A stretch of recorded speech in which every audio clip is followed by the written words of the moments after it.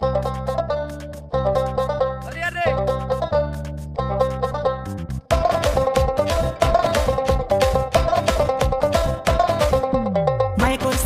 আসসালামু আলাইকুম। চলে আসলাম নতুন একটা ভিডিও নিয়ে। আশা করছি আপনারা সবাই ভালো আছেন এবং আমিও আপনাদের অনেক ভালো আছি। গ্রামের বাড়িতে এসেছি আর ভর্তা মাখা খাবো না, এটা কি হয়? কি দিয়ে ভর্তা করব এটা ভাবতে ভাবতে আমরা সবাই মিলে চলে আসলাম কামরাঙ্গা গাছের নিচে এবং লাঠি দিয়ে পারছিলাম। তো লাঠি দিয়ে এত পারা হচ্ছিল না, তারপর আমার চাচাতো ভাইকে গাছে উঠিয়ে দিয়েছি।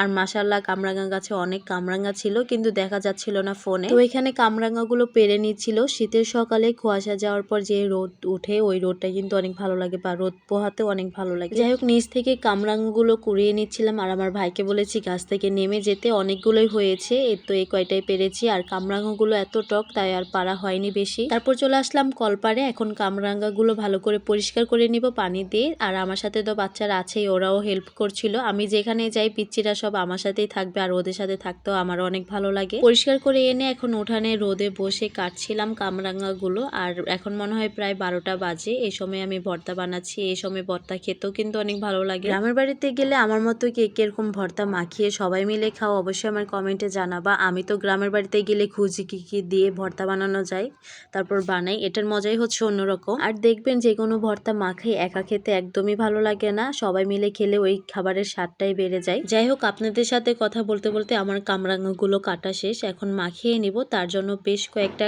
শুকনা মরিচ আর লবণ নিয়ে নিলাম। তারপর লবণ দিয়ে ভালো করে শুকনা মরিচগুলো ভেঙে এখন আমি মাখাবো। গ্রামের বাড়িতে গেলে একটা জিনিস অনেক সুবিধা, আমার ফোন ধরা নিয়ে টেনশন করা লাগে না।